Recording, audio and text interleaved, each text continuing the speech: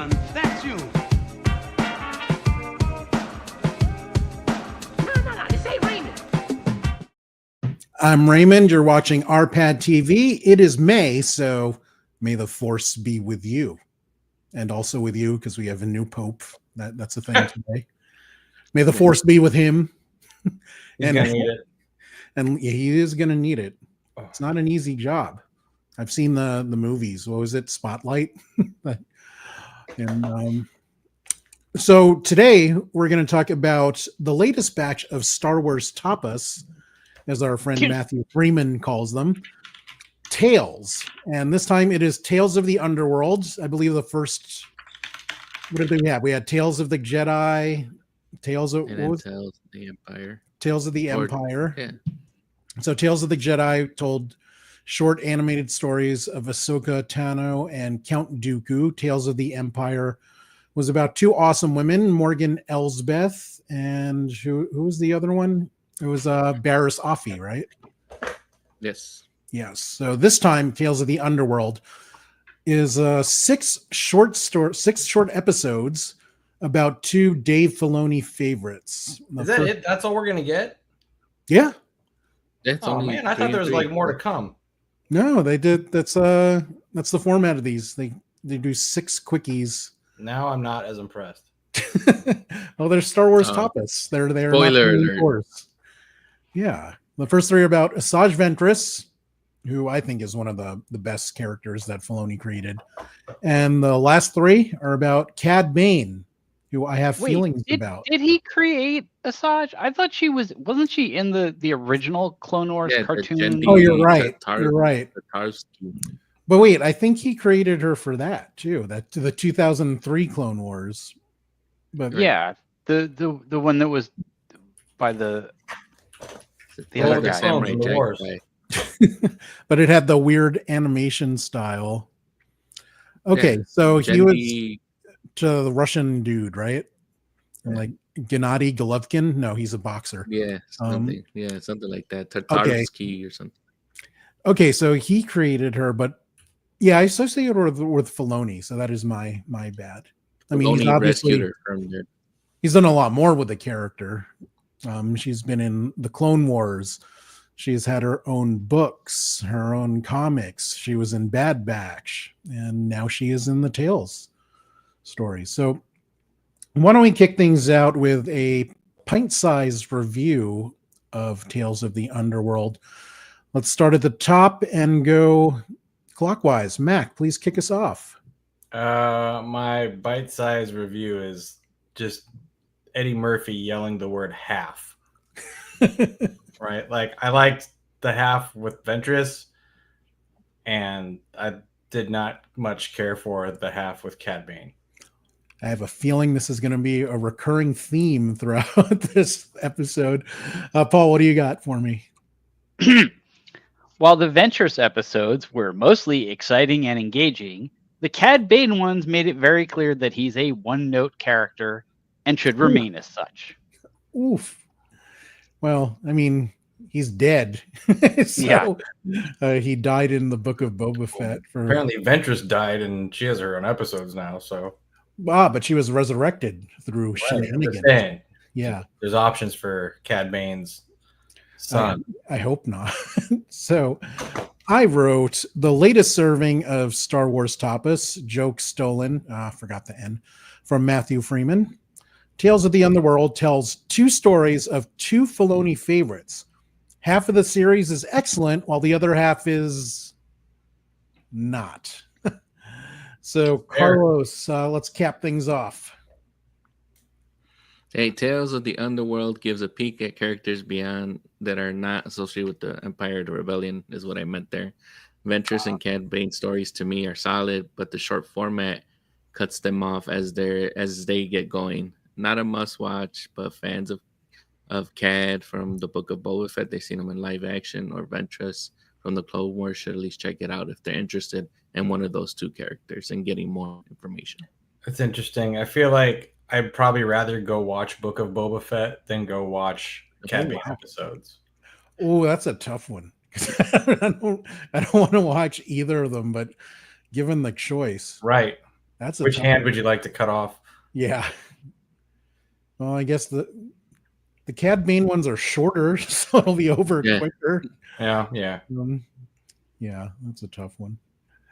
Let's start with the first half because it's chronological and because it was just better. But Paul, what did you like most about the Ventress episodes? Well, she's always been an interesting character, very conflicted. I would say the big thing for me was the fight with the Inquisitor.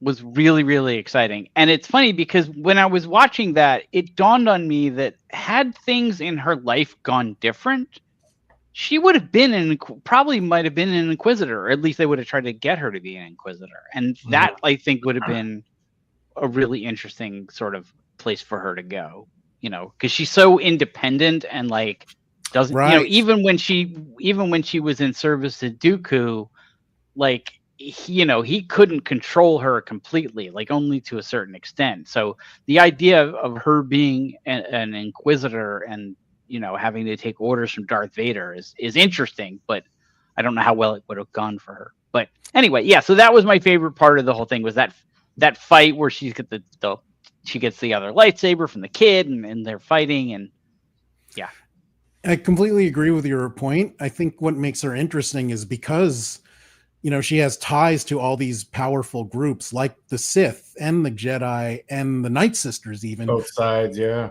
So for those of you, now I'm thinking of both sides now. I've looked at the Force through both sides now. So for those not familiar with Asajj Ventress, she is from Dathomir. She is the daughter of Mother Talman of the Night Sisters.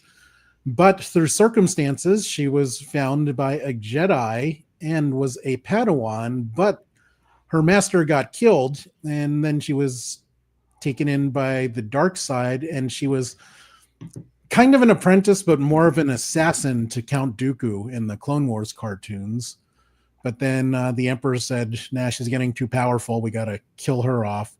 So she got discarded by Dooku. There were shenanigans. She was a bounty hunter for a while.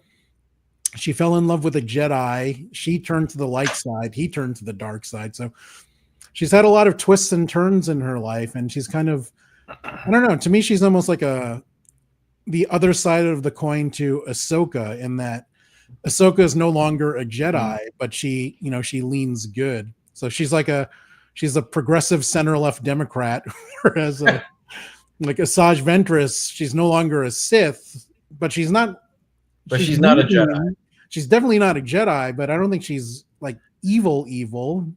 She might be an asshole sometimes, but yeah, I think that's why she's such an interesting character to me, because she's the most real. She's not clearly good or bad. And they did a really good job making you feel her internal like strife, making decisions to help. Yeah. I thought that was really well done. Yeah, I mean, she gets resurrected by the other Night Sisters because of some weird loophole that I'm still not sure about, but because Quinlan Vos said that he would always love her, that somehow gave her the option to come back to life. But I believe, at least how I interpret it, the caveat was that she was not supposed to meet up with Quinlan. I don't know. But Mac, let's go with you first. What did you like best about these 3 episodes? I just like that dynamic where she was like you could kind of say she's a bad person, but she does good things, right? Like yeah. And I think that's just such a more fun, and it's kind of like Andor a little bit, right? Like Cassian's not a good dude, like by any stretch. like he's done some pretty terrible shit. Yeah. But like he makes up for it in his own way. And I feel like the Ventress episodes kind of had that same catch with me. Like it was like telling stories of somebody they're not a Jedi. Like let's all, we know that she's very talented and could be swayed to do good things. And I thought that was cool, the dynamic between her and the kid, that she didn't have to help out. Right. I mean, Mac, one of your favorite comic book characters is Deadpool, who is definitely not a good guy, but no, he's the best because he's not a good guy. So do you see like a parallel there? Is that why you like Well, now, yeah. Yeah, I like characters that are willing to do, dark shit. So, you know, with Deadpool, so he's like, sometimes you just gotta do whatever to get the job done, or whatever his line wasn't. Time to make the chimichangas. And Exactly. so, Carlos, wrap us up on what you liked most about the 3 Asajj Ventress episodes. Well, I did like that, you know, that she got to come back, because we had read the Dark Disciple. Oh, yeah. The one where where this is kind of ending off and kind of beginning, because Quinlan is bringing her back to her home planet, and then with like the Harry Potter's mom, no, he brings her back because of love. Yes. So now I'm thinking of a chorus line, "What I Did for Love." So with this having her come back, especially since she popped up in the Bad Batch, now we have a reason why she came back, because that was one of the things where people were bringing up, like, she died in Dark Disciple. Is that no longer canon? What's going on? How did she come back? And now we get an answer to that. Obi-Wan and what's his name revive her? Quinlan. Oh, well, no, it was the Night Sisters. It was Mother Night Sisters Salmon. gave her the choice. Yeah, like you could come hang out with us in the green afterlife. Oh, yeah. That's right. Okay. So, Carlos, which was mentioned, to me like a strange thing on that one, but go ahead. Carlos mentioned the book Dark Disciple, which I highly recommend. It was originally supposed to be, I think it was 8 episodes of the Clone Wars that centered around Quinlan Vos and Asajj Ventress, but the show got canceled. So they did not do those 8 episodes, but they turned it into a book. That show got canceled, and they gave us 3 episodes of Cad Bane. Ow. That was before the Disney takeover. Yes. When it was, okay, well, at least there's rationale. Cartoon Network. Yes. When you look at it through that lens, it does not make sense. So we're going to take turn to the dark side and talk about what we didn't like about the 3 Ventress episodes. I'm going to go first. The Padawan that she ends up saving and befriending, his name is Lyco, and it kept making me think about the search engine Lycos, which peaked in like 2001, which in turn got me thinking about like Alta Vista and Excite and all those search engines that don't matter anymore, but to my surprise still exists. Like I went to Lycos and I'm like, wow, it's still a thing that nobody uses. Do you have any CompuServe DVDs or CDs in your No, but Paul does. He still has the AOL email. I still have an AOL email somewhere. Wow. I don't have, I think the oldest email service I still use is Gmail. I signed up for iTunes with an AOL email account. Ooh. And you can't get out of it. So, Carlos, what didn't you like about the Ventress episodes? There was the whole premise of her coming back to life. Like, they give her this thing where you can come back to life, but you get to choose either staying with us in this realm, or if you come back to life, you have to sacrifice being with Quinlan. But that's like the whole reason she's getting to get this choice. She's still looking around for him. Because of him. Yeah, so I guess she's looking for some type of purpose, I guess, loophole or something like that now, right? I guess looking for a 4th episode, or maybe she has to. Yeah, she has to go around and kill Horcruxes or something like that. Like, how does this count? Like, what if I'm blindfolded? Can I hang out with Quinlan then? Right. What if we're in 2 different rooms? But or we're playing the telephone game with the cans. What if I go to the Met Gala and he's going, but he's going with Kim Kardashian, and I go with Timothy Chalamet? Yeah. Did you not like that loophole because it was too easy, or because they didn't explain it, so it doesn't quite make sense yet? Yeah, I think it's a little bit of both, where it's like they just give you the little thing. If you don't know any better, they just throw you in. Yeah. You're jumping the shark right out of the fucking gate. Yeah. And then there's no more Lazarus pit anymore after she makes that. After she after she makes the decision, all the green magic disappears. I'm like, well, bye, Mom. I guess. Yeah. So it's like, oh, I guess I'll never get to see my mom again. So I had to choose between my mom or this guy that I love. So Poor choices, I guess, were made by her, if you want to think about it that way.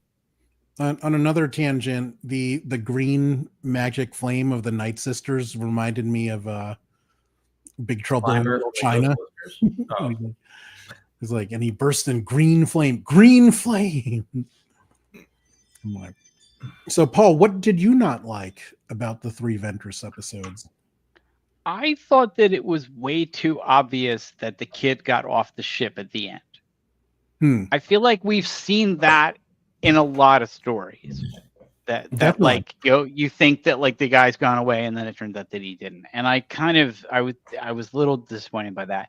And then I started to think, like, well, what do I want to have happen? Do I want him to get away? Would I want the ship to get blown up in midair? As she's watching it fly away, it just nukes. Yeah, real, because I thought of that. I thought of that as I was watching it. Like, as I was watching it, but before the kid showed up, I'm like, that ship's gonna blow up. Like, there's gonna be like some ship like comes through and just blows it up. What a funny ending that would have been to that little trilogy if that was the way the little 3-arc series just ended. That, like, the Inquisitor like shows up and just blows that ship out of the sky. Have any of these gotten that dark? I'm trying to think. Like, not really. Because these are more for kids with short attention span, or adults with short attention spans, really. Yeah, they're like 15, 16 minutes each. How about you, Mac? What did you not like? And please let it be about obscure search engines. I think the thing that I didn't like about the Ventress episodes the most was that the following 3 Cad Bane episodes were not Ventress episodes. I love the consistent dogging of it. I think like those 3 episodes set the expectation and the bar much higher than what we got with those Cad Bane episodes, both in like the storytelling and just, characters and all that stuff too. Right? We just got more from the first 3, so good for them for putting that first 3 out. But like, if anything, they should have put the Cad Bane episodes out first and ended on the Ventress episodes on a high note. But then, except then you run the risk of people who are like light ones. But I think Paul was saying, but what if if you start with Cad Bane, what if people are like, this sucks? It's a risk. But we're also of course assuming that they thought they sucked. You know what I mean? Like they wouldn't have been sitting there thinking like, well, the Cad Bane episodes are terrible, so let's. I mean, we'll talk more about this later, but that character has a lot of fans. He does, and I don't understand why. Yes, same here. But before we get to that, I do want to talk about Quinlan Vos a little bit.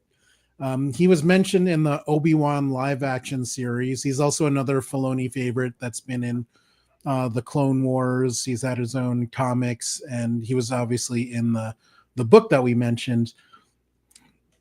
Do you think he'll make an appearance in any future Star Wars movies or shows, whether they're animated or live action? Carlos, Ryan Gosling comes across him. I wanted you to take this one first, Carlos, because you're the biggest Quinlan Vos fan that I know. So kick us off. Yeah. No, I think it should probably be, if we get something with Asajj entering the live action, then we should definitely get something where Quinlan is also working. He has to get word by somebody that Asajj is out there. So even though that she may not want to go out, and maybe that's the reason why she's not going to go out and track him, because he has that power where he can just pull memories, and that's what makes him a great tracker. Yeah, by touching things, just like Rey did in the episode 7, where she touched the lightsaber. I didn't do that. I thought you meant Rey, like Rey, like Rey. No, not Raymond. I touched this thermos and decades of flashbacks. I know it's been in the kitchen. Yes. Yeah, so I would be very interested, especially since I think he's only like in one episode of the Clone Wars and like that whole seven season series that they had. Only one? There's only one. I think it's only one episode that he's in, or maybe like one series of 3 where he's tracking somebody, and then that's it for like one of the huts when they're saving the baby hut. I don't know if it's Zero, right, or the little So that's about it as far as that's concerned. You hear him mention, he'll pop up in a holocron or a hologram phone call, but he's not really like any other story in regards to that. Right. He has been in a few holocrons. I forgot about that now that you mentioned it. Paul, do you think so? It'd be interesting to see that. Yeah. Paul, do you think Quinlan Vos will appear in any Star Wars projects in the future? I think he will, because it seems like they've been teasing him this whole time. Like they keep throwing little breadcrumbs in, little things here, like he turns up here, he turns up there, he's talked about here. I think that they're going to do something with him. I just don't know, like, whether it'll be some live action thing, whether it'll be some animated thing. Right. I don't know. I don't know what they're, but it seems like they're trying to like figure out a way to get him in there. So he's another one that the kids love, and that one I get more than Cad Bane, but we'll see. And you, Mac, what do you think of Quinlan Voss's prospects of appearing in Star Wars? I would just say fingers crossed. I like to hope so. I feel like if they can do what they've done with like an Andor and introducing a very kind of new, cool character and tell a similarly interesting story, and make it fit into the universe the right way, then yeah, like I'm all for it. I think that'd be great. I didn't have this question on the list, but it ties into this one and the next one. But in your head, is there anyone that you can see playing Quinlan Vos? Because to me, he's not white. He has dread. No, I would say he looks almost native. He's always struck me as being somewhat Native American. Oh, is that the vibe you got? Yeah. I get Thanks, Paul. I've always looked at him around that way too. So somewhat native. But I don't know. I don't know. Jamie Foxx. And I'm. No, he's not indigenous.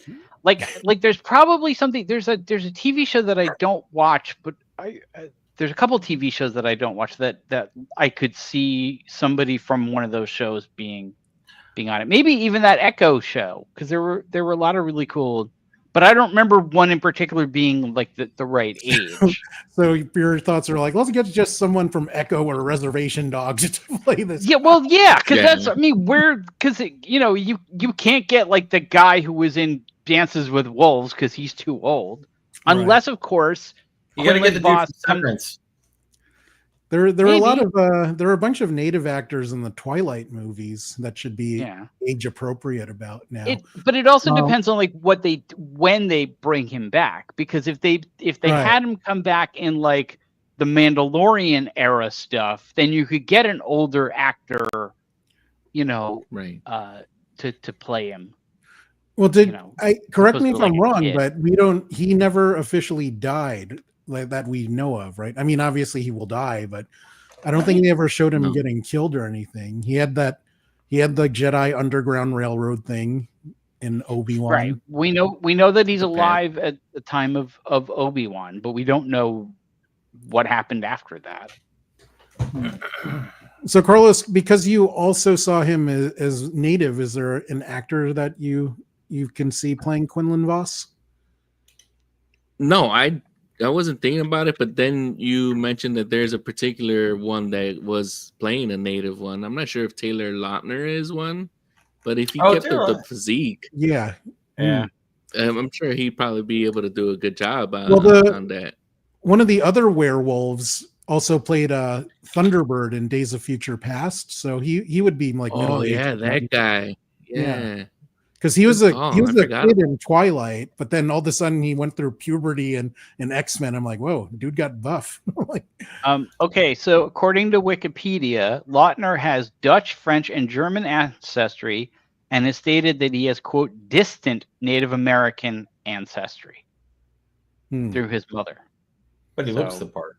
Can you look up that actor in Days of Future Past that played Thunderbird? Days of Future Past. He had a funny name.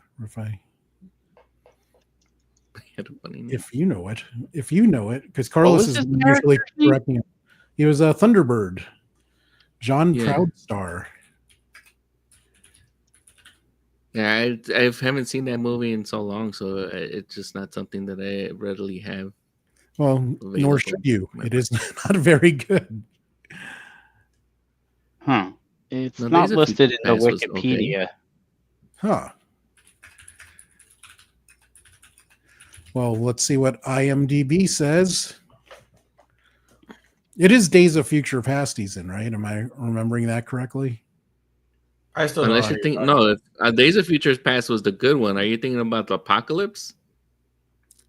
No, you might be right. Yeah, I think you're thinking. Yeah, I don't see Thunder as coming up in IMDb either. Well, what's the Apocalypse movie called? X-Men Apocalypse. Age of Apocalypse. Yeah, I'm looking at it now. Who are you looking for? The guy that played looking for the Underworld. native guy. No, I think it is in Days of Future Past because he's with the X-Men in the future when they're protecting. Oh, when they're all getting killed by the Sentinel. Yeah. Oh, yeah. Okay. And he gets killed also. Mm-hmm. Wow. Yeah, he's not on the first page of the credit. He's not listed in the top cast, which is Wow, unbelievable. Justice for that actor. that's messed up. I guess they're like, you're in the 5-minute scene, you don't get any type of casting credit. He has screen time. I don't know. Maybe did he have another code name that I'm remembered wrong? Halle Berry. Maybe. he was definitely not Halle Berry. Code name Halle Berry. But Yes. willed it into existence now. Yeah. Wow. All right. While we're still looking that up, let's go ahead and move. Yes. Yes. Someone else. Warpath, wasn't it? Warpath. Oh, you're right. It is Warpath. Yeah, because he's John Proudstar's younger brother James. So yes. Boo Boo Stewart. See, I told you had a funny name. Yeah. Boo Boo Stewart. What a journey off of that. Yes. It was worth it because we all have knowledge now. And knowledge is We all walk away smarter than when we started. So I did not see Quinlan Voss as native. In my head, he is more like Maori or like Pacific Islander. So automatically I started thinking of the numerous the face tattoo. Yeah, when he has the thing. I was thinking of the numerous Samoan wrestlers that are out now, and I could see like Jacob Fatu playing him. He's to me, he's Quinlan's like muscular but kind of stocky still. So I think Jacob Fatu's build would make for an excellent Quinlan Voss character. How about you, Mac? Who do you want to play him, and do you see him more as native or more Pacific Islander? We all know he's not white. That's all we agree on. I don't know. Like again, in the middle, right? Like he's definitely not a white dude. I think it'd be funny if you had like a really white guy play him though, like Harlan Williams or something awful. Oh, wow! Steve Martin. Ooh. What? Yeah, he comes out with the banjo. Yes. For those of you who don't know, Steve Martin is a very talented banjo player. So let us. Sure the kids know. I don't have an answer for that one. I don't know. No, that's fair. Let us move on to wrap things up with Ventress on if we'll ever see a live action version of her, and who would you want to play her? I mean, she's distinct looking, but you could do all the makeup and stuff. Zoe Saldana. Oh, interesting.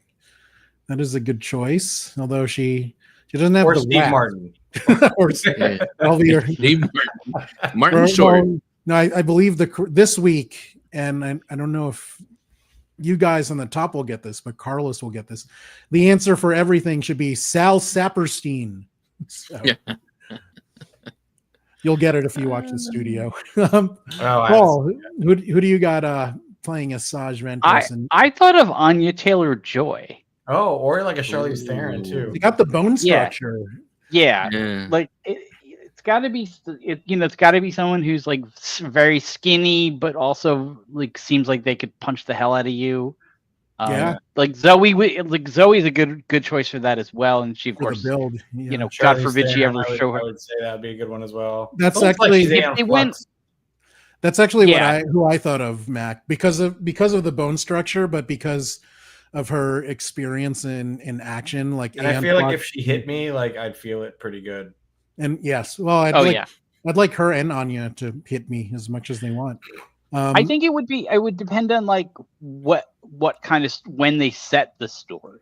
Like again, if they had Asajj show up during The Mandalorian, then you get Charlize. If you did like a story about her, like like earlier, then you get the Anya version. Right. So I was thinking more of the Mandalorian timeline. So Charlize can do that like weathered warrior look that she did in the Old Guard. Old Guard 2 trailer just came out. Yeah. I'm excited. Uma Thurman, who's in that same movie, could also work. Zach Morris would also like to thank Sal Saperstein. You're the best, Sal. Yes. Damn, I should have redid the outro to include Sal Saperstein today. I didn't think of it.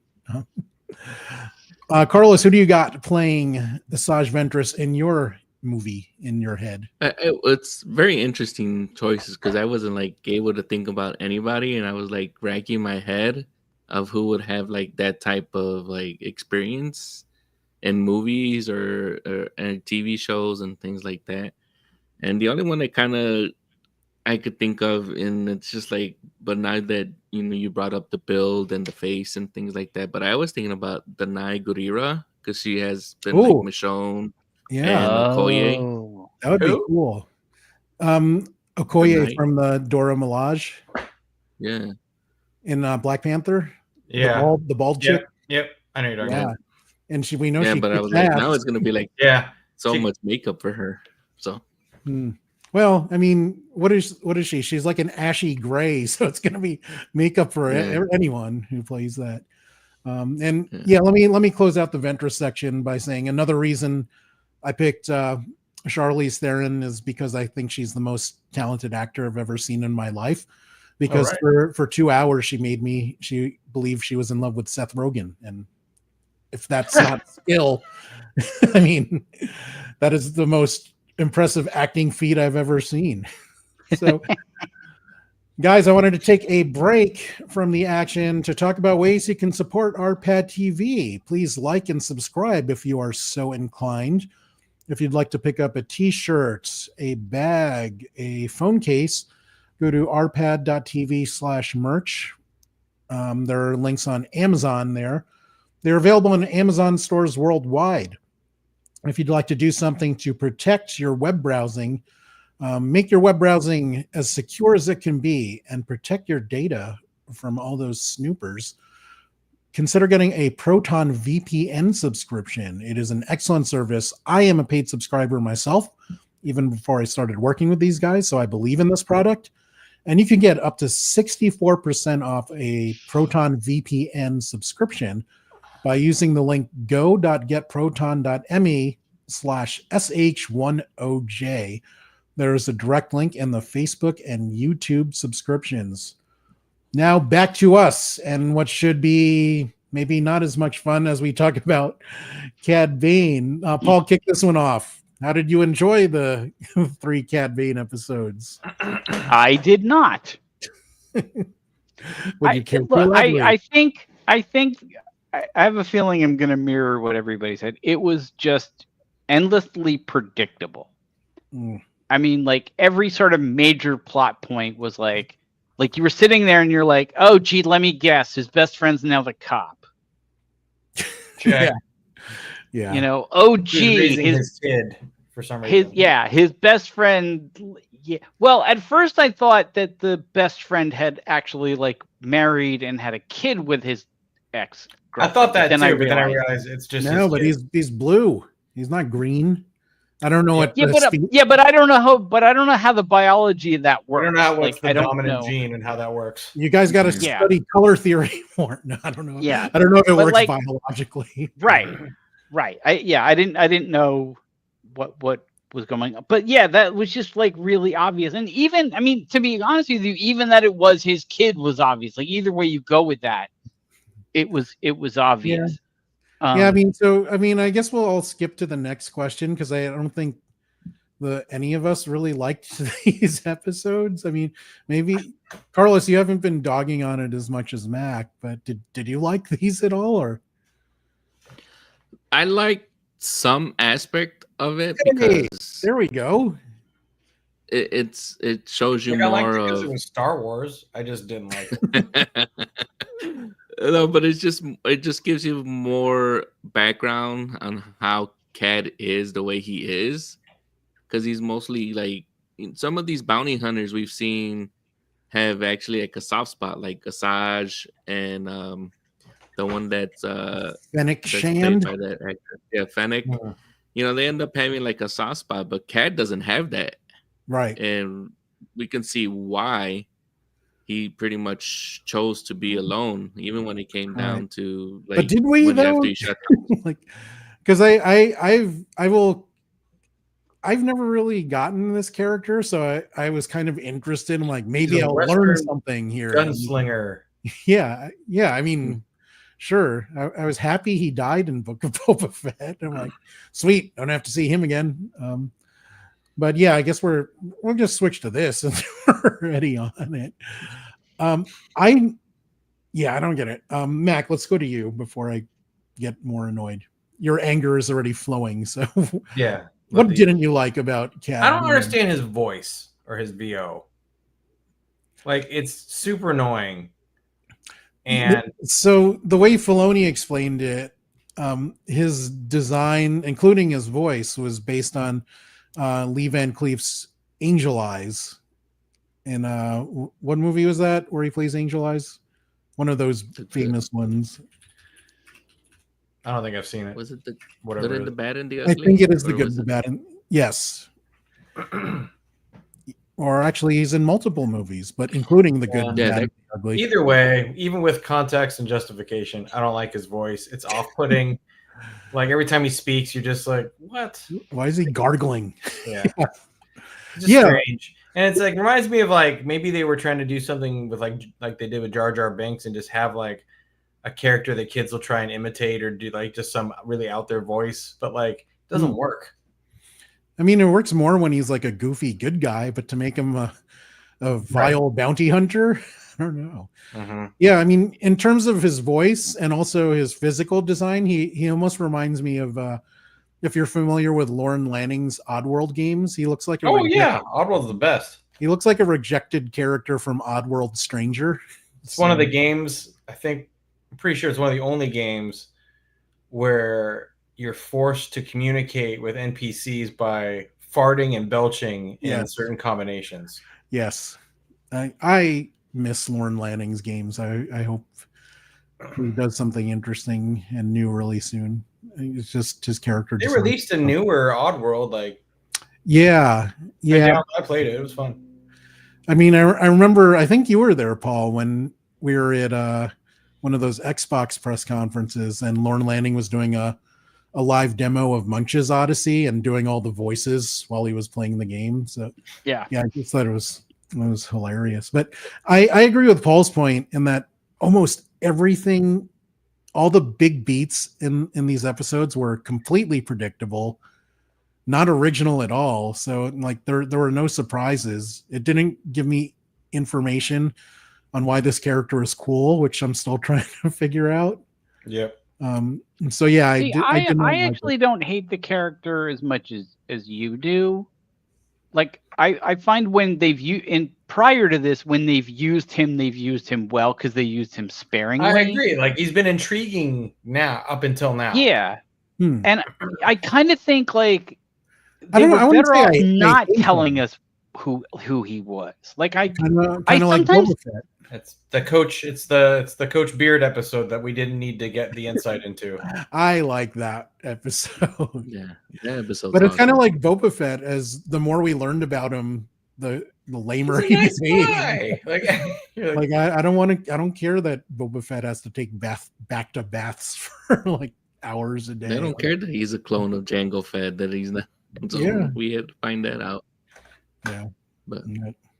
I wouldn't say I hate him. I would say more like I don't get it. Like we're here already. So like I never got like why the kids thought he was cool. I never bought like all those scenes where he's fighting Anakin and Obi-Wan. I'm like, how is he like being competitive? It didn't make sense to me. Yeah. Never. So it wasn't that I hated him. Like it was more like I don't get it. and after these episodes, I still don't get it. I think that people like quiet bad guys and anti-heroes, and I think that it's kind of like how people like the man with no name from the Sergio Leone spaghetti westerns, he by not saying anything, by not knowing anything, he's kind of cool, and then the more you said, the more you find out about him, you're like, oh yeah. It's like when women date me. The less you know, the better. How about you, Carlos? Why do you think Cad Bane is as popular as he is? Well, to me, and unfortunately I'm not a kid if you haven't noticed, Raymond, but what? He was kind of made in the mold, or he was introduced kind of in the mold of the first time we got Boba Fett, in the Empire, where he was just there quietly, silently, and background character. And then we had background character, and you wanted to know more, but we weren't getting anything. He was a fucking day player. Same thing was with Cad. With Cad, when we would see him in episodes of the Clone Wars, and was he in Rebels a couple episodes, right? I think so. I'm trying to remember now. I don't remember. But if anyone else remembers, please leave a comment. Yeah.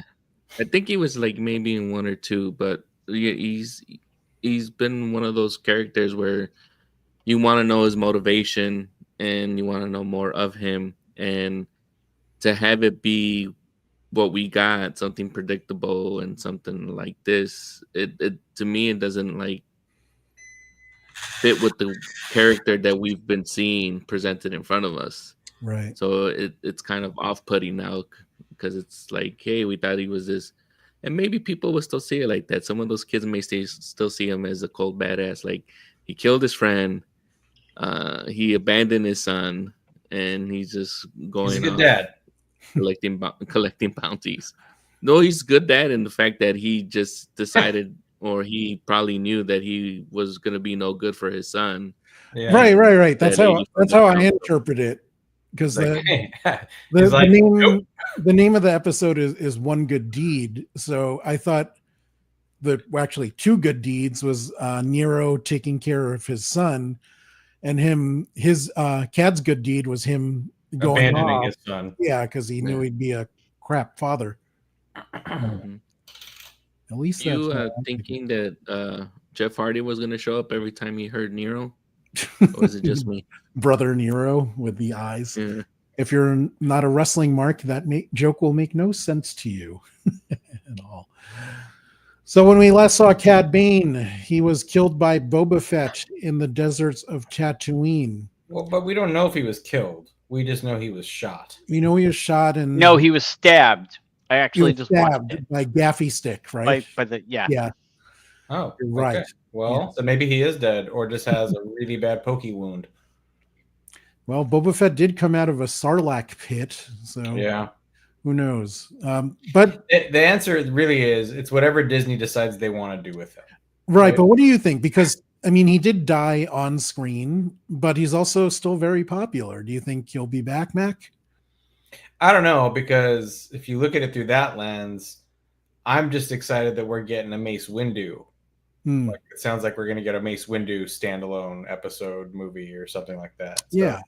So if something like that were to happen and they could make it interesting, again, I don't hate it. I hate it outright. I don't hate it outright. I hate it because it's not interesting right now. If they made his character have a more fun adventure with less, I was a poor kid on the streets, I don't know. If they give it a better story, I think I could get turned around on it. Paul, take it. Okay. I don't know whether they'll bring him back. I don't want them to do what they did here, where they make him the center of attention. That I think doesn't work. I don't think there's enough depth to the character to do that. What I could see them doing, and I don't know that I would mind, is if he was a minor character in something. For example, if they had him come back in the video game Star Wars Jedi, whatever they call the third one, Survivor's Guild, or if they did, they're not going to, but if they did a show about what Boba Fett did after his dad died, but before he became Boba Fett. Like, how did he become Boba Fett? That's another thing we didn't mention is that he was Boba Fett. He was Boba Fett's mentor. Yeah. Like what that I could see them doing something with. Cad Bane. Oh, I didn't realize that. Yeah, because he says to him like give me that story. Like that would be far more interesting than the story they told me with these 3 episodes. I agree. Now, I'm like, damn, I want to watch that. Yeah. It was like an old man Boba Fett storyline where Boba Fett is thinking while he's dying to all of his training montages. Think about how bad his armor would smell at that point. Damn, that's a really good idea now. Like, I'm disappointed we didn't watch that instead of this crap that we had to watch. We should write a show. Yeah. No, I'm kind of bummed now. How about you, Carlos? You think he's dead? At first, I was thinking that we would see Cad again, but because I was like, well, I mean, if they're bringing him and they're giving him his backstory or a little bit of his backstory, why would they do that for someone that's dead? But then I remember they showed Dooku in Tales of the Jedi, right? And he's so I'm like, I don't think he just goes out the window. Well, I mean, but this is the thing, like.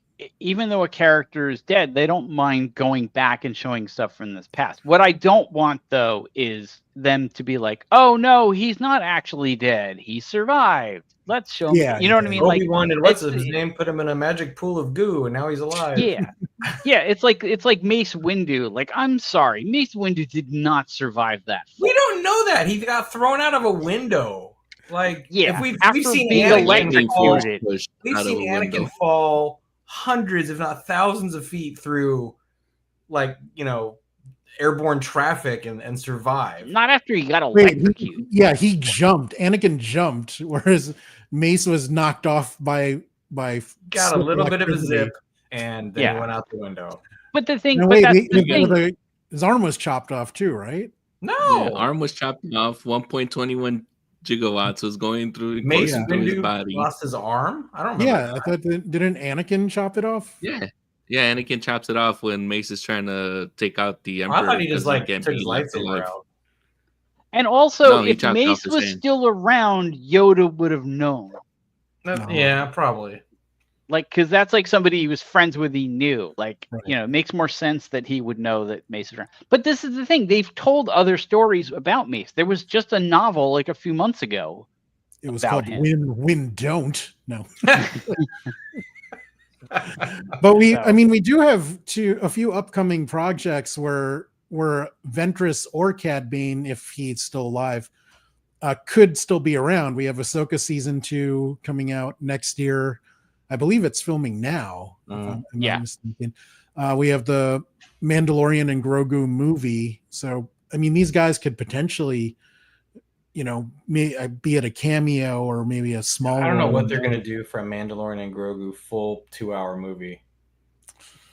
I don't know, but it will be I expect it to be very Mandalorian, not the Mandalorian, but the race Mandalorian heavy. Because for sure. That's what I heard. Yeah, it's supposed to be them fighting against Thrawn because Thrawn wants to take out Mandalore before he gets bigger again or something like that. Right. I mean, they already blew up the hell out of that planet before.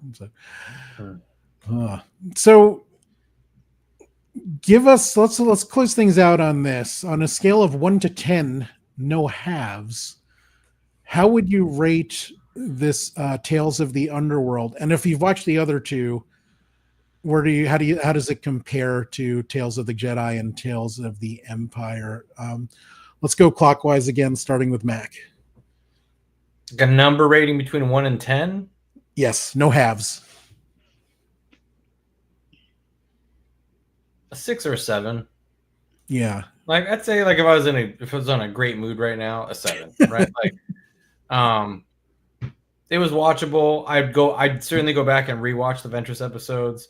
I probably wouldn't rewatch the Bane episodes. And I think, like, I give it that much. If I give it that much effort, there's certainly something there. So I'd say positive day 7. Paul? I was going to say a 7 as well. If you're looking at it in total, because the Ventress ones would be an 8 and the Cad Banes would be a 6, Right. maybe even less than that. 5.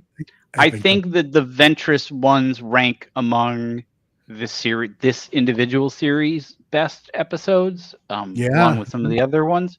And I think the Cad Bane are easily the worst that they've done. Yeah. I mean, that's the thing. Like, I'm giving it a 6, and it's hard because I really, really enjoyed the Ventress ones, but I also really disliked the Cad Bane ones. And I think they're so bad that out of the 3 that were out, I think as a series, I like this one the least. I probably like Tales of the Jedi the most because I'm a big Ahsoka fanboy. Although Tales of the Empire I thought was really good too. I like the Barriss Offee character a lot. Carlos, close out our scores. That I agree with you. I think like a 6 is probably good. It's more the Cad Bane episodes do hold it back a little bit more than we've probably already mentioned. Ventress, that storyline is good. Obviously, there's something there about a pale, pasty woman with a lightsaber, and I guess is that a bob that you can consider she has now? Because I'm so used to her being bald. Yeah, she's got like she has hair now. Pixie cut is what they call that. It's a pixie cut. Okay, yeah. Which Charlize Theron has had that hairstyle. He has. Yeah. So. Yeah, so it's, if you are more interested, which we'll probably get more of Asajj, like we have been teasing, maybe possibly like in Mandalorian and Grogu or in Ahsoka, because I think we're gonna get all hands on deck to. Yeah, we're gonna need every Force user, whoever else is out there, to take out Thrawn. That's true, and it is a Filoni project, and he does love these 2 characters. So we'll see. That if it ends with Cad Bane being alive and saving the day by plugging Thrawn, I will leave the movie theater before. I'm like, as long as he brings Toto, I'm a fan of his droid. Yeah, let's. We have a couple of more minutes, so let's go clockwise again. Favorite Star Wars droid? Mac, who do you have?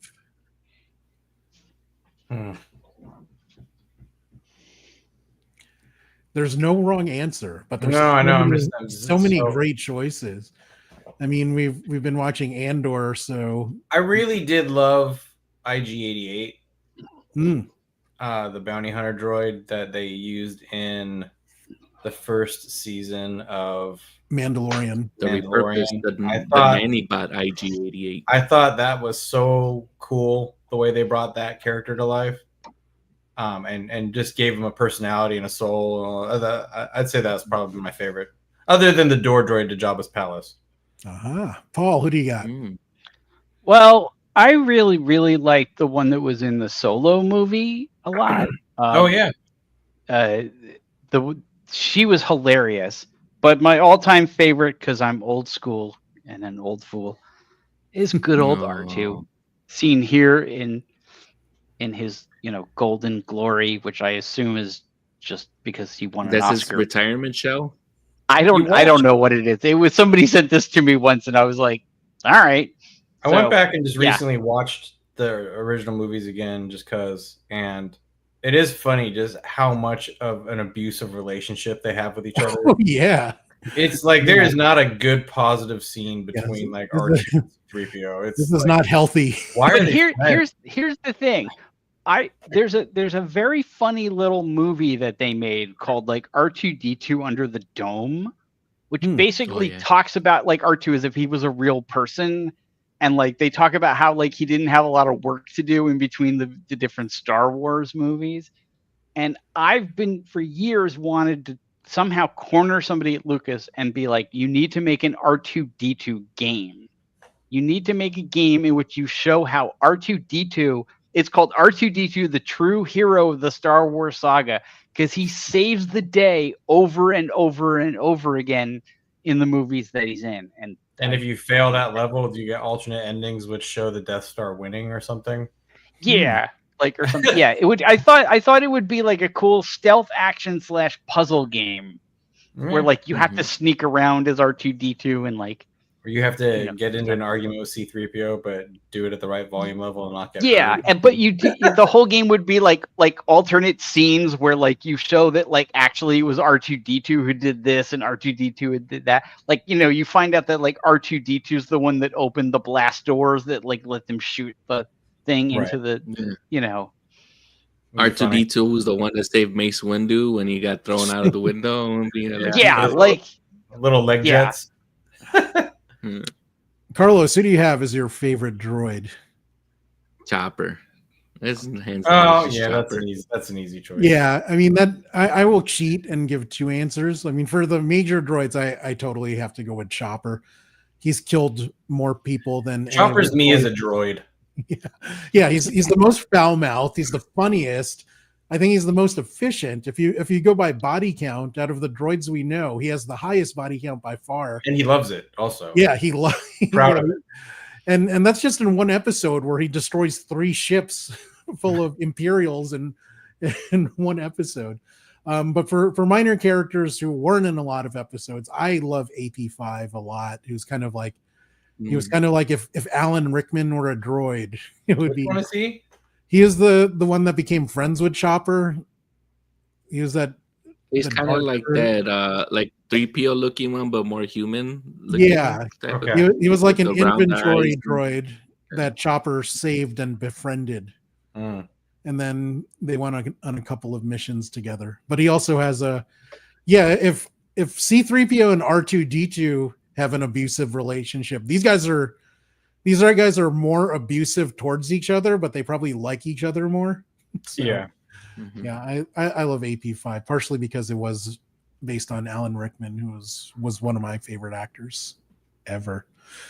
So that's going to be a wrap for Star Wars Tales of the Underworld. Please leave a comment and let me know what you thought of the series. Let me know who your favorite droid was. Paul and I will be back next week where we will be reviewing Andor. The finale is next week. I can't wait for it's the finale on Tuesday. Yeah. The final trilogy. I like how these are 4 trilogies. Like, it's the year leading up to. It will end right before Rogue One starts. Is the way I understand it. But we're here where the rebellion starts. Like it's just going right into it. Yeah. Johan, you definitely need to watch it. I think it's so good, especially the last triad, which no spoilers, Carlos has not watched yet, guys. And then the week after that, I think it is Mac, Carlos, and I returning, talking about the studio. And to close out, I still gotta start watching that. To close out May, it'll be Mac, Paul, and I, where we are going to be recasting Revenge of the Sith. And Mac and I mentioned like this recasting idea where we went on a tangent and started recasting Big Trouble in Little China in our heads. And like, this is fun. Let's do this with other movies. Yeah. And since it is May, it's the 20th anniversary of Revenge of the Sith. That was re-released. I think it was 2019. Why Hayden Christensen 2020 came out in 2005. Samuel Jackson was like going to movie theaters and promoting it. So I saw it in theaters the last night it was out around here, and I was shocked that it was a packed theater. That's the first time I've been in a packed theater since before COVID. And the next night was the opening of Thunderbolts, and the theater was maybe a third full. So our theater for Thunderbolts wasn't packed at all. I was surprised that the kids came in, and it was like old school. Like there were nerds that brought lightsabers to the movie. People were cheering and clapping.